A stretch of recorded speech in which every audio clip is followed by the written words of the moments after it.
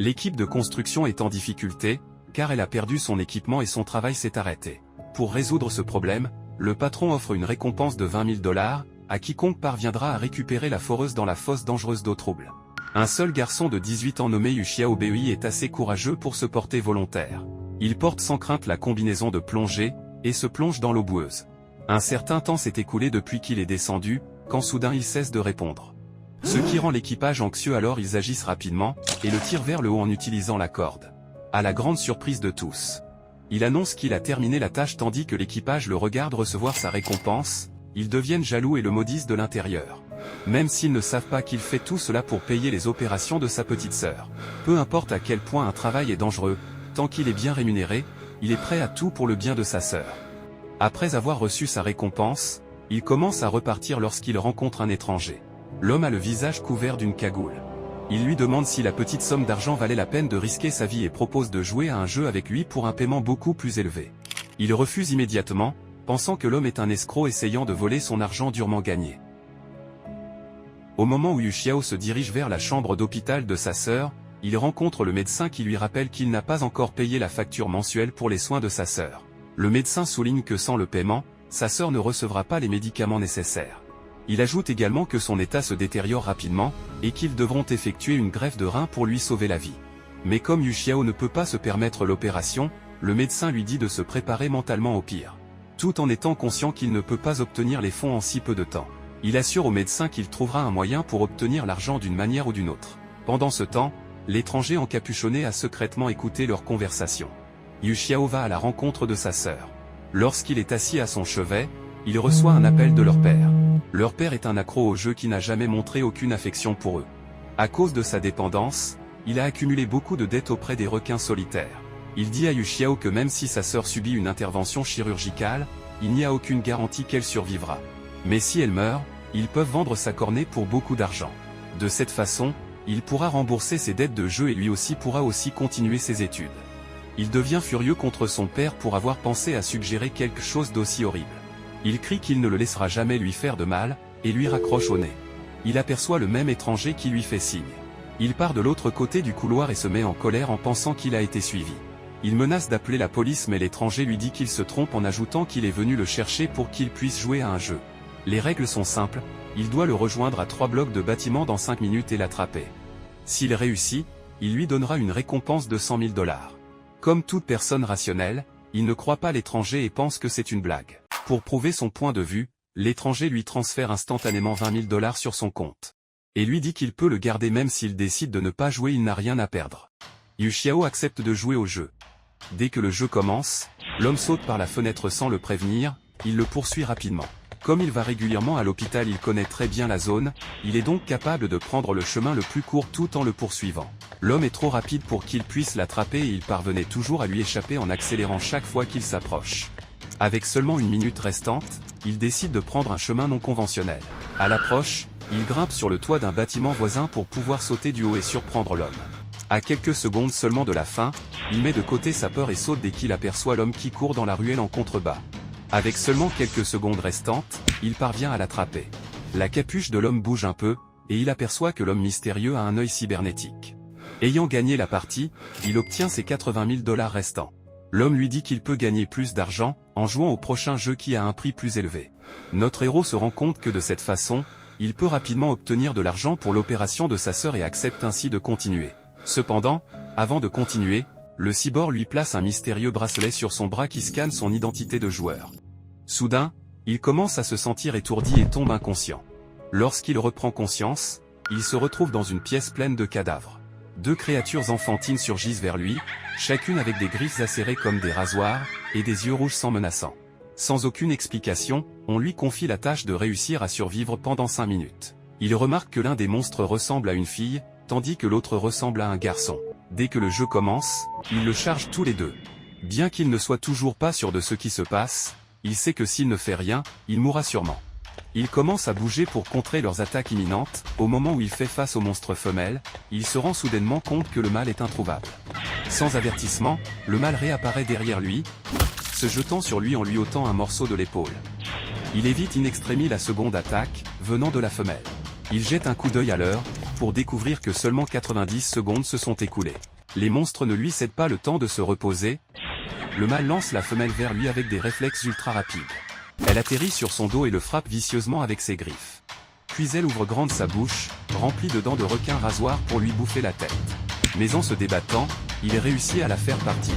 Il tente alors de s'échapper mais le monstre l'attrape et lui casse 2 doigts. Pour aggraver les choses, il reçoit un étrange avertissement du système indiquant que sa fréquence cardiaque augmente très rapidement. Il se retrouve à avoir du mal à respirer. Son esprit s'emballe avec la pensée de sa sœur et de ce qui lui arriverait s'il devait mourir ici. Mais au moment précis où sa fréquence cardiaque atteint 200 battements par minute, le système l'avertit qu'il a rempli les conditions préalables pour activer la compétence du reflux du temps. Le système guérit également ses blessures, et lui demande s'il souhaite utiliser sa nouvelle compétence sans autre option. Il active la compétence du reflux du temps, qui lui permet de prévoir les mouvements de son adversaire pendant 3 secondes. Dès qu'il active la compétence, il en est immédiatement témoin des futurs assauts des 2 monstres vicieux, tout comme la description de la compétence. Avec seulement 20 secondes restantes, il utilise des mouvements très fluides et très rapides pour esquiver habilement les attaques entrantes. Avec le temps presque écoulé, le duo monstrueux lance un assaut final, ne laissant à Yu Xiao d'autre choix que de réutiliser sa nouvelle compétence. Mais elle ne s'active pas à cause du temps de recharge, juste au moment où le monstre est sur le point de porter le coup fatal. Il est en sécurité alors que le temps imparti s'écoule. Une porte colossale s'ouvre, lui permettant de passer à l'étape suivante du jeu. À mesure qu'il avance, il reçoit une autre notification, l'informant qu'il a gagné 300 points pour avoir terminé avec succès le niveau. Il continue jusqu'à arriver dans une grande pièce où il découvre de nombreux individus, vêtus des mêmes vêtements qu'il portait à son réveil. Bien que 20 nouveaux joueurs étaient attendus à ce moment-là, il apparaît et il était le seul à avoir survécu. À son arrivée, il est accueilli par un joueur nommé Zhang Yi qui est venu à cet endroit un demi-mois avant lui. Il dit qu'ils sont actuellement dans une arène, où les gens jouent avec leur vie. L'arène appartient à Association Age, une entreprise technologique de premier ordre possédant de vastes participations dans le monde entier. Ajoutant que leurs actifs sont si précieux qu'ils pourraient acheter la moitié du monde. Durant leur discussion, Yu Xiao commence à s'interroger sur l'étrange bracelet, que l'homme avait placé sur son poignet. Quand soudain un hologramme d'une poupée noire effrayante en surgit. L'hologramme l'accueille dans l'arène, et l'informe qu'il doit survivre comme les autres joueurs mais il y a certaines conditions. L'hologramme explique que les joueurs doivent continuer à participer au jeu. Lorsqu'un jeu est terminé, tu obtiens des points pour les mises à niveau. Le dernier survivant obtient les droits d'héritage du groupage, et reçoit d'énormes actifs financiers. Cependant, il y a une règle spéciale. Les joueurs ne sont en aucun cas autorisés à abandonner, tout joueur qui enfreint cette règle sera exécuté. L'hologramme lui suggère de se référer au guide du débutant pour des informations plus détaillées, et disparaît après lui avoir transmis les règles. Il se demande si la récompense d'une richesse inimaginable est réelle. Zhang Yi continue son explication sur l'arène. L'arène est divisée en 7 niveaux, et actuellement ils sont au niveau le plus bas. De plus ton niveau est élevé, plus les jeux deviennent difficiles. Si tu n'es pas assez fort, tu mourras. Il explique en outre qu'il n'est pas facile d'accumuler des points dans l'arène. Puisque tout coûte des points, même la nourriture doit être achetée avec des points. Mais il n'y a qu'un nombre limité chaque jour, donc si tu veux de la nourriture ou d'autres articles, tu dois te battre pour l'avoir. Enfin, il le prévient que si les points de quelqu'un atteignent 0, il sera immédiatement exécuté. En entendant tout cela, il commence à avoir des doutes quant à savoir si participer au jeu dans l'arène est une bonne idée. Il se souvient à quel point il a frôlé la mort lors du premier jeu et s'inquiète de laisser sa sœur seule à l'hôpital. Il a demandé à Zhang Yi s'il pouvait partir de l'arène s'il ne veut pas participer. Sa question reçoit rapidement une réponse lorsque l'un des autres joueurs frustrés par le jeu, tente de retirer son bracelet. Il est immédiatement exécuté. Sa tête explose laissant une mare de sang. Zhang Yi lui conseille d'être préparé mentalement, parce que s'il n'est pas assez fort, il mourra. Quand notre protagoniste lui demande pourquoi il l'aide, il répond qu'il est intéressé à établir des relations avec des personnes fortes. Il mentionne également avoir regardé son match en direct, et bien qu'il ait été bâclé au début, il l'était impressionné par la façon dont il est soudainement devenu très rapide à la fin. Il est surpris d'apprendre qu'il y a une diffusion pour les jeux, il se rend compte que c'est grâce au système qu'il a réussi à survivre. Alors il l'interroge sur les compétences du système, mais il ne semble pas savoir ce à quoi il fait référence. Notre héros se rend compte qu'il est peut-être le seul à pouvoir voir le système, et qu'il peut donc être sage de garder cela secret. Cependant, avant qu'ils puissent réfléchir davantage, leur conversation est brusquement interrompue par une annonce. Les orateurs ordonnant à tout le monde de retourner dans les dortoirs, car l'espace public fermera dans 30 minutes. Ceux qui ne reviendront pas dans leur dortoir à temps seront exécutés. Zhang Yi lui dit que l'heure d'ouverture est de 8h à 20h tous les jours. et lui propose de l'emmener à son dortoir, les qualifiant de cellules de prison. Les dortoirs sont en effet structurés comme une prison, avec des numéros de cellules et des portes en acier, qui empêchent efficacement quiconque de sortir. Il y a une autre annonce selon laquelle il ne reste que 5 minutes. Jan Yi décide de partir vers sa propre cellule, en disant à Yu Xiao qu'il devrait se revoir demain. En entrant, il se rend compte qu'il n'est pas seul et devra partager la cellule avec 4 autres joueurs. Il se prépare à dormir pour la nuit, mais tout ce à quoi il peut penser, c'est sa sœur. Elle est toujours seule à l'hôpital, donc il aimerait sortir le plus vite possible. Incapable de dormir, il décide de consulter le guide du débutant, il clique sur l'icône sur son bracelet, et un hologramme apparaît. C'est la même poupée de tout à l'heure, elle se présente comme « Age », lui expliquant le guide du débutant. Les joueurs commencent à accumuler des points personnels, après avoir terminé leur première partie. Mais ils doivent payer des frais de survie quotidiens, de 100 points qui sont déduits de chaque joueur à minuit. Si jamais les points atteignent 0, le joueur sera immédiatement exécuté. Il révèle que le niveau actuel de notre protagoniste est celui d'un enfant, et qu'il doit accumuler 10 000 points pour pouvoir passer au niveau suivant appelé niveau érudit. Il explique que l'arène mettra différents monstres dans chaque jeu. La difficulté du jeu peut être différente en fonction de la durée et du lieu, ainsi que les règles, les monstres et le nombre de joueurs. La récompense gagnée pour un débutant est de 300 points. À mesure que la difficulté augmente, les points augmenteront également. Enfin, il indique qu'un joueur doit participer à au moins un jeu chaque jour, sinon il sera exécuté. Néanmoins, le joueur peut utiliser 500 points pour éviter cette règle pendant une journée. Pendant que l'hologramme disparaît, il se rend compte qu'il doit devenir plus fort rapidement, s'il veut survivre. Peu de temps après, il reçoit un message du système qui lui propose de l'aider à devenir plus fort, grâce à une fonctionnalité appelée entraînement de croissance. Le système décrit la fonctionnalité comme un terrain d'entraînement, à durée limitée qui sera disponible une fois par jour pour l'aider à devenir plus fort. De plus, il recevra également des points après l'achèvement des entraînements. Dès qu'il apprend qu'il deviendra non seulement plus fort, mais qu'il pourra également gagner des points. Il accepte avec impatience l'invitation du système, et est instantanément transporté dans un espace blanc vide. Le système lui dit que selon les jeux qu'il accomplira chaque jour, une formation par simulation sera menée pour l'aider et améliorer ses compétences. Tout à coup, il voit les deux mêmes monstres d'avant apparaître. Il doit survivre pendant 5 minutes, le système l'avertit que s'il échoue, il perdra 100 points, et en plus en mode entraînement les monstres ne causeront pas de réels dommages aux joueurs. Le lendemain, Jan Yi l'attend patiemment dans la zone publique mais il est introuvable. Il semble qu'il ait décidé de s'attaquer au jeu quotidien, tôt le matin. Jan Yi le voit sortir de l'arène de jeu. Notre héros lui dit qu'il voulait s'adapter rapidement à ce nouvel endroit, alors il a décidé de relever tôt le défi. Mais en réalité il voulait tester les résultats de son entraînement d'hier soir.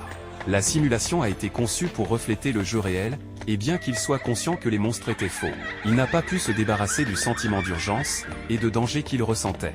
Il a donc fini par échouer à la simulation et s'est vu déduire 100 points. Pour l'aider à améliorer sa condition physique, le système a décidé de lui proposer un enseignement de base, lui donnant 3 heures pour le terminer sans pénalité, ni déduction de points.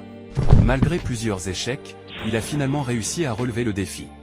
Au réveil de la simulation, il se rend compte que seulement une seconde s'est écoulée en réalité, lui faisant réaliser que le temps s'est écoulé différemment dans la simulation et dans la réalité actuelle. Yu Xiao veut rejouer le premier jeu puisqu'il l'a terminé assez facilement, mais Jan Yi l'avertit que rejouer les jeux les rend plus difficiles. Seulement quelques forts joueurs peuvent répéter les jeux et survivre. Mais son avertissement a l'effet inverse sur Yu Xiao car il est enthousiasmé par la possibilité de gagner plus de points. Au moment où il se dirige vers l'arène de jeu, le système lui dit que le niveau de difficulté est passé de débutant 1 étoile à débutant 2 étoiles. Ignorant l'avertissement, il choisit ardemment d'entreprendre le jeu et entre dans la salle de jeu. Dès qu'il entre dans la pièce, le niveau de difficulté accru devient évident. Le sol ne comprend que quelques planches d'acier, qui l'obligent à s'équilibrer. Sous elle se trouve un immense bassin, de ce qui semble être de l'eau. La pièce est occupée par les deux mêmes monstres qu'il a affrontés précédemment. Mais la tâche cette fois, n'est pas seulement de survivre pendant 5 minutes mais aussi de tuer au moins un monstre. La piscine qu'il pensait être remplie d'eau, est en réalité de l'acide sulfurique car le système l'avertit d'être prudent. Le jeu démarre et le chronomètre commence à s'écouler, sans perdre de temps les deux monstres commencent leur attaque. Le terrain semble lui poser plus de problèmes, alors qu'il se débat pour garder son équilibre tout en esquivant leurs attaques. Il se retrouve coincé entre les deux monstres l'attaquant dans des directions différentes. Pour contrer leur assaut, il décide de mettre à profit son entraînement. Il utilise le saut à point fixe, pour franchir la distance entre deux planches d'acier. S'il ne s'agissait que d'esquive ça n'a peut-être pas été si difficile, mais il se demande comment il va tuer un monstre avec seulement ses mains nues. Il a soudain l'idée qu'il pouvait les tuer en les jetant dans la piscine d'acide. Cependant c'est plus facile à dire qu'à faire, vu que les deux monstres continuent de l'attaquer sans relâche. Il tente d'activer sa compétence pour jeter un monstre dans la piscine acide, mais il échoue car les conditions pour l'activer ne sont pas encore réunies. Plus qu'il est beaucoup plus calme cette fois, et son rythme cardiaque n'a pas atteint le niveau requis. Il se rend compte que s'il continue comme ça, ce ne sera qu'une question de temps avant qu'il ne soit touché par l'une de leurs attaques. Yu Xiao élabore un plan risqué, et laisse délibérément l'un des monstres attaquer son bras, pour augmenter sa fréquence cardiaque. Le plan fonctionne et il commence à obtenir l'avertissement du système. Peu de temps après, sa fréquence cardiaque atteint le niveau requis de 200 battements par minute, et il active la compétence, le reflux du temps qui permet d'analyser les trajectoires des cibles pendant 3 secondes. Après avoir entrevu leurs mouvements, il attire l'un d'eux vers le bord de la planche d'acier. Au moment où le monstre se jette sur lui, il esquive habilement, et délivre un puissant coup de pied par derrière, envoyant le monstre tomber dans la piscine d'acide sulfurique en dessous. Avec cela, il remplit l'une des conditions pour réussir le niveau, mais il se rend compte qu'il perd beaucoup de sang et commence à se sentir étourdi. Se mettant dans une situation difficile, le système lui envoie une notification l'informant qu'il peut utiliser ses points pour améliorer sa compétence de reflux du temps au niveau 2. Cela réinitialisera le temps de recharge, et augmentera le temps de prévoyance de 3 à 5 secondes. La fréquence cardiaque requise pour la compétence sera également réduite de 200 battements par minute à 160 battements par minute. Mais les frais d'amélioration sont de 300 points, et il n'a plus que 400 points après avoir terminé son jeu précédent. Sans autre option, il décide d'améliorer ses compétences. La mise à niveau est accompagnée d'un effet bonus qui n'a pas été mentionné dans sa description. S'il parvient à éviter les attaques ennemies pendant 5 secondes après avoir activé la compétence, il recevra un bonus de vitesse de déplacement accéléré pendant 2 minutes. Dès que l'amélioration est terminée, il active la compétence. Après avoir esquivé facilement l'attaque du monstre pendant 5 secondes, il reçoit le bonus d'accélération avec la vitesse supplémentaire. Il se sent plus agile et est capable d'esquiver facilement les attaques du monstre. Même s'il a dépensé plus de la moitié de ses points pour la mise à niveau, sa décision s'avère judicieuse puisqu'il réussit à vaincre les deux monstres, et termine le jeu avec seulement quelques secondes à jouer au compteur. Malgré le coût élevé de la mise à niveau, il ressent un sentiment d'accomplissement et sait que l'investissement en vaut la peine. Il reçoit 500 points en récompense pour avoir terminé le jeu. Il se rend dans l'espace public, pour acheter une trousse de premier secours dans un distributeur automatique pour 20 points pour soigner sa blessure au bras. Il reçoit également une carte de points de X en bonus pour avoir terminé le jeu, ce qui double ses points pour n'importe quel jeu suivant. Après avoir soigné sa blessure, Yu Xiao a faim et se dirige vers un distributeur automatique pour acheter de la nourriture. Un autre joueur le regarde curieusement, probablement en raison de son succès à terminer 2 parties successivement. Cependant, lorsqu'il atteint le distributeur automatique, il découvre que les biscuits sont déjà vendus bien qu'il soit très tôt dans la journée. Il se rend également compte que la nourriture n'est pas bon marché, ça coûte 80 points pour un paquet de biscuits, et 60 points pour une petite bouteille d'eau.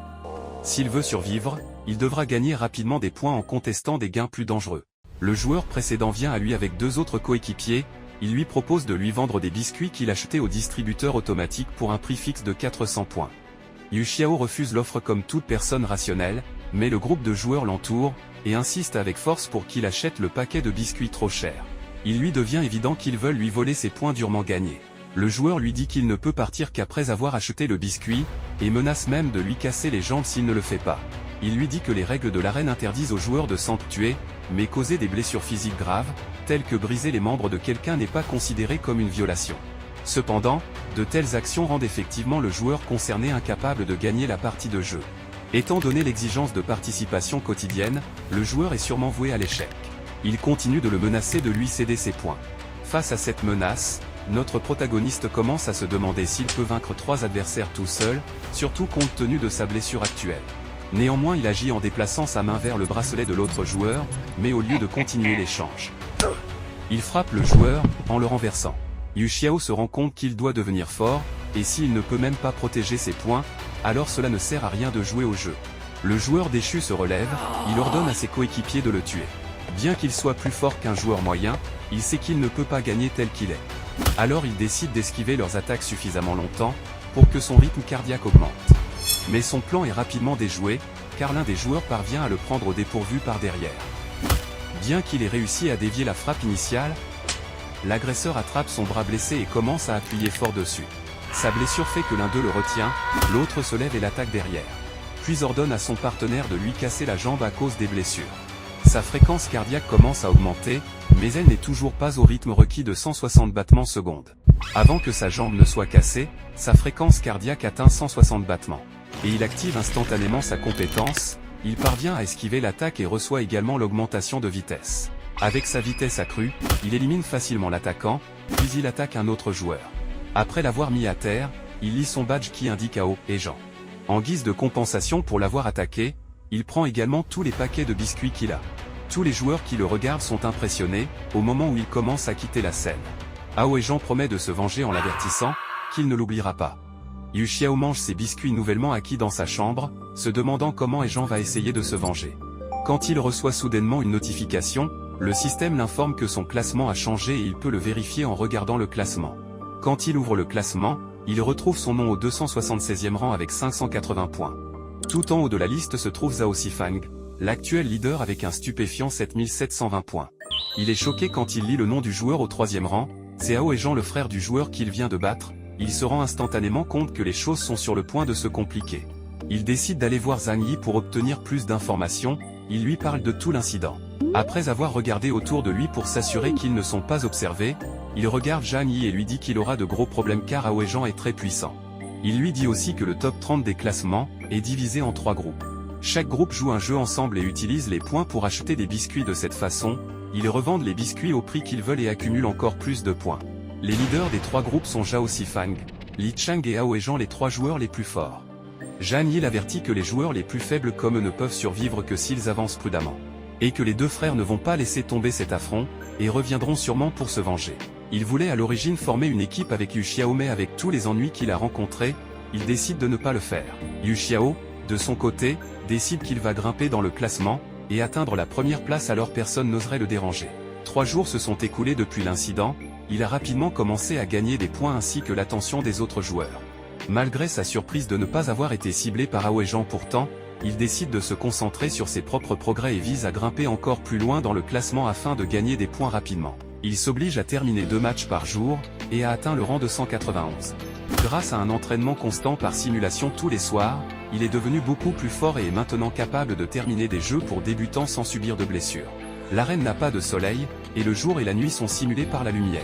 Après seulement 5 jours dans l'arène et il a déjà perdu la notion du temps, la seule façon pour lui d'avoir une certaine idée de la réalité est de jouer non-stop et voir ses points augmenter. Maintenant qu'il a accumulé plus de 2000 points, il est éligible à participer au jeu de niveau intermédiaire qui offre une récompense de 1000 points. Avec un niveau de difficulté plus élevé, les joueurs sont désormais autorisés pour former des équipes avec d'autres joueurs afin d'augmenter leurs chances de gagner. Il a 2 choix, faire des rencontres aléatoires ou inviter des amis en dépassant 100 points. Yu Xiao qui n'a pas de coéquipier opte pour le premier choix, et se voit attribuer la salle 8 pour le jeu de niveau intermédiaire. La condition est d'arriver dans la salle dans les 5 minutes, ou faire face à une interdiction de participer à des jeux pour le reste de la journée. Il se précipite dans la pièce, dès qu'il y arrive, il voit une fille qui l'attend à la porte. Pendant que Ao et Gan rapportent l'incident impliquant Yu Xiao à son frère, le décrivant comme le méchant qui l'a frappé et volé leurs biscuits. Convaincu qu'il a besoin de lui pour donner une leçon, décide qu'il est temps de lui apprendre comment les choses fonctionnent. D'un autre côté, Yu Xiao se présente à sa coéquipière et lui dit qu'elle s'appelle Zuzu. Il est surpris que son coéquipier soit une fille puisqu'il n'a jamais vu de joueuse dans l'arène, il a simplement supposé qu'il n'avait pas de filles jouant au jeu. Elle dit qu'à leur niveau, les femmes et les hommes sont séparés dans différentes arènes qu'ils ne se rencontrent qu'au niveau intermédiaire ou avancé des jeux. Ils authentifient leur identité de joueur, la porte de la salle de jeu s'ouvre.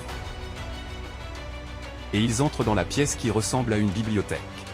Avec 3 monstres positionnés au centre, dont 2 ont des ficelles attachées. Il ne faut pas longtemps à Zuzu pour se rendre compte que les 2 monstres avec des ficelles sont en fait des marionnettes contrôlées par un marionnettiste debout entre eux avec des ficelles à la main. Le système leur donne leur tâche, ils doivent récupérer un objet du maître des marionnettes dans les 20 minutes. Il y a 2 petites poupées suspendues à la taille du maître des marionnettes, mais une seule des 2 est le bon objet. S'ils attrapent le mauvais, une pénalité aléatoire se produira au fur et à mesure que le jeu commence afin d'augmenter leurs chances de succès. La marionnette s'avère être un adversaire redoutable, les 2 joueurs parvenant à peine à esquiver ses puissantes attaques. Après avoir esquivé l'attaque des marionnettes à double volonté, Zuzu tente d'utiliser la petite fenêtre d'opportunité et se précipite vers le maître des marionnettes. Il devient méfiant, lorsqu'il remarque que son approche vers le maître des marionnettes semble être trop facile. Comme s'il lui permettait délibérément de se rapprocher, juste au moment où il exprime son inquiétude. Zouzou se retourne, pour voir que la marionnette à double usage a commencé à se déconnecter de chaque corps. Une partie volant toute seule, le bras de la marionnette avec la lame en main se dirige vers elle à grande vitesse. Elle réagit rapidement en utilisant sa veste pour dévier l'attaque.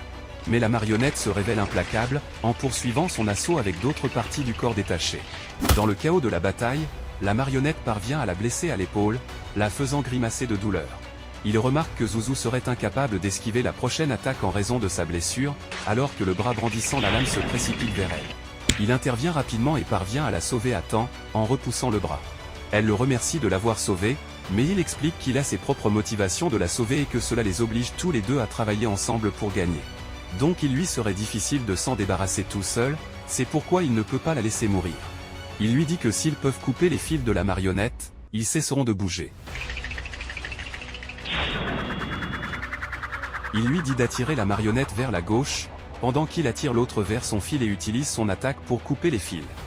Avec l'un d'entre eux parti, il ne devrait pas avoir beaucoup de problèmes pour attraper l'objet. Le plan en exécution, il esquive habilement les attaques de la marionnette en la conduisant progressivement vers son fil. Lorsqu'il se rapproche suffisamment, il manœuvre rapidement pour que la marionnette coupe ses propres fils en évitant son attaque au dernier moment possible. Maintenant que la marionnette à double maniement est rendue immobile, il se déplace rapidement vers le maître des marionnettes avec l'intention de récupérer l'objet dont ils ont besoin pour accomplir la tâche. Mais il est soudainement frappé à l'épaule par derrière, par la même marionnette qu'il pensait avoir vaincue. Il semble que le maître des marionnettes ait été capable de rattacher instantanément les fils contrôlant la marionnette après qu'ils aient été coupés. Malgré le revers, il refuse d'abandonner. Il saisit fermement la marionnette brandissant le glaive, et demande à Zouzou de récupérer l'objet pendant qu'il retient les marionnettes. Dans un mouvement rapide et agile, elle réussit à arracher l'objet de la taille du maître des marionnettes. Le soulagement d'avoir obtenu l'objet est de courte durée, car une notification du système les avertit qu'ils ont récupéré le mauvais objet et qu'ils seront désormais pénalisés, l'objet va s'auto-détruire. Il se voit présenter une décision, car le seul autre joueur qu'il doit choisir de continuer ou d'abandonner. Il pèse soigneusement ses options, en tenant compte des risques et des récompenses de chacun. S'ils décident de continuer, ils ont une chance d'obtenir le bon objet, les points, et sauver sa coéquipière. Mais s'ils échouent, ils mourront tous les deux dans une explosion massive.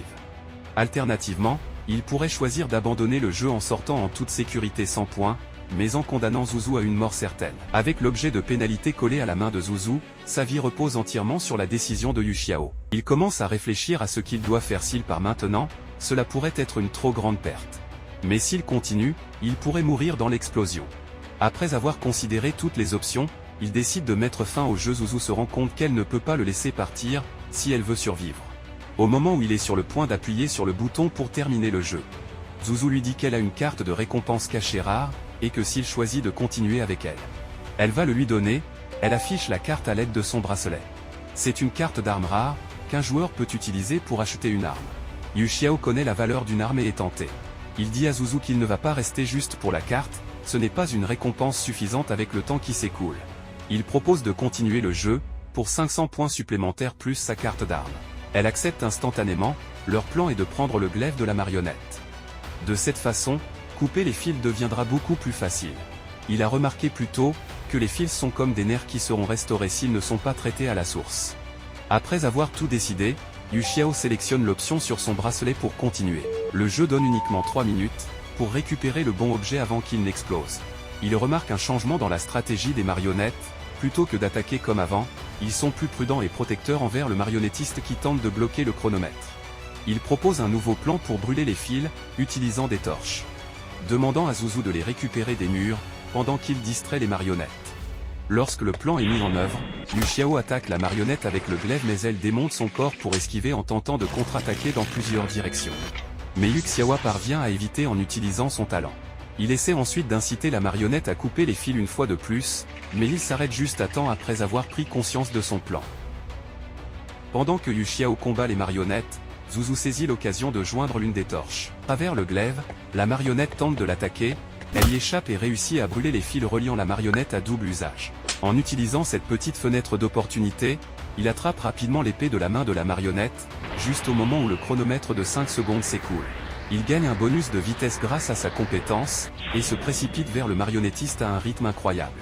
Laissant Zouzou surprise par sa soudaine explosion de vitesse, bien que le marionnettiste essaie de se défendre en utilisant la marionnette à double volonté. Cela ne prouve pas qu'il soit à la hauteur de sa vitesse. En un instant, Yu Xiao esquive l'attaque de la marionnette et la tranche en deux avec un puissant coup. Avec seulement 20 secondes restantes, il parvient à saisir le bon objet, et à gagner la partie. Zuzu lui est reconnaissant de lui avoir sauvé la vie, et promet de remplir sa part du marché. En proposant même de révéler le lien caché, entre la carte d'armes et les jeux de haut niveau. Pendant ce temps ailleurs, Hao Egan se prépare à entrer dans un jeu de haut niveau avec ses coéquipiers. En appelant Shen Chang avant de partir, il lui dit que bien que son frère soit faible et lui cause des problèmes chaque jour, il est la seule famille qu'il a, et un débutant a essayé de lui causer des ennuis. Il veut qu'il fasse un exemple de Yu Xiao, pour que personne d'autre n'ose faire la même chose dans l'arène de jeu. Yu Xiao obtient ses 500 points de Zuzu, elle l'interroge sur sa soudaine accélération et se demande s'il cachait sa force. Mais il rejette la question, en déclarant que la seule chose qui compte est qu'ils ont gagné. Quand il demande la carte d'armes, Zuzu la lui remet à contre-cœur, expliquant qu'elle ne l'aurait pas utilisée, s'il n'était pas dans une situation aussi désastreuse. Lorsque Yu Xiao s'enquiert du lien caché, elle lui dit qu'au niveau enfant, les joueurs ne peuvent que acheter de la nourriture et les soins. De nombreuses personnes ont essayé de trouver des armes mais en vain. Certains ont même essayé de voler des armes aux monstres, mais ils n'ont pas pu les faire sortir de la salle de jeu. Zuzu lui dit que ce n'est qu'après avoir obtenu la carte d'armes, qu'elle a pris conscience de l'existence des armes. Selon les informations qu'elle a recueillies, la plupart des joueurs ignorent que les armes sont autorisées aux niveaux inférieurs. Après lui avoir donné la carte, elle lui demande s'il veut former une équipe avec elle, en lui disant que ces informations sur les gains avancés peuvent lui être utiles. Yu Xiao accepte, et lui dit qu'il attendra son invitation et il quitte la salle de jeu. Il se dirige vers son dortoir, puisque les jeux intermédiaires sont trop difficiles pour lui à son niveau actuel. Il décide de s'entraîner plus, plutôt que de jouer à un autre jeu intermédiaire. Au moment où il se dirige vers sa chambre, il sent quelqu'un le suivre. Soudain quelqu'un l'attaque par derrière, et l'assomme. Il reprend conscience, et réalise qu'il a été attaché avec des chaînes et qu'il est suspendu au plafond. Il est entouré de Egan et de ses coéquipiers, tous armés de tuyaux métalliques. La personne qui l'avait assommé, était Shen Xing. Il quitte la pièce confiant que son travail est fait, et que Egan peut le gérer seul. Yu Xiao réalise, qu'il doit trouver un moyen de s'échapper avant qu'il ne commence à le torturer. Il commence à insulter Egan dans le but de l'énerver, et de l'inciter à l'attaquer. Cela fonctionne, et il parvient à l'attraper dans un étranglement triangulaire. Il lui impose de dire au reste de ses hommes d'arrêter de bouger, sinon il l'étranglera à mort. Yu Xiao resserre lentement sa prise jusqu'à ce qu'il commence à s'essouffler. Il fait un signe à l'un de ses coéquipiers, en suivant ses instructions, il libère Yu Xiao de la chaîne. Mais il parvient rapidement à attraper les chaînes, et les mettre autour de son cou. Lorsqu'il atterrit sur le sol, il se rend compte qu'il est dans le gymnase. Soudain, l'un des attaquants essaie de le frapper avec une barre de métal de toutes ses forces, le forçant à esquiver et à lâcher les chaînes, permettant à Egan de s'échapper. Le reste des attaquants s'arment d'haltères et de barres métalliques, pendant que Egan leur ordonne de l'attaquer et de lui casser la jambe. Yu Xiao est submergé par leur assaut, réussissant à esquiver un attaquant mais se faisant frapper à la tête par un autre. Il riposte aux joueurs en utilisant sa chaîne, et se précipite rapidement en arrière. Il déclare qu'il survivra à tout prix, même si cela signifie de tous les tuer et encourir une pénalité. En activant sa compétence, il charge directement sur le groupe, prêt pour la suite. Après avoir rapidement éliminé 3 joueurs avec son bonus de vitesse. Son attention est détournée par le système l'informant qu'il n'a pas pu éviter toutes les attaques de ce fait, il ne pourra pas activer le niveau 2 de sa compétence de reflux du temps, permettant à Egan de frapper sa jambe avec une plaque lestée, provoquant une douleur atroce. Malgré la blessure, il parvient à le maîtriser en le projetant au sol. Craignant la force de Yu Xiao, un joueur tente de s'échapper, mais lorsqu'il essaie de le poursuivre, il s'effondre à genoux. Réalisant que sa jambe est cassée, l'idée de comment il survivra au prochain match avec une jambe cassée pèse lourdement sur son esprit. Il retourne en boitant dans sa chambre, il a gagné 3680 points après avoir terminé le jeu intermédiaire puisqu'il ne peut plus y participer au match avec sa jambe cassée. Il devra dépenser 500 points, chaque jour pour éviter de jouer. Il touche le sol de frustration, il commence à penser à sa sœur et commence même à regretter d'être venu ici.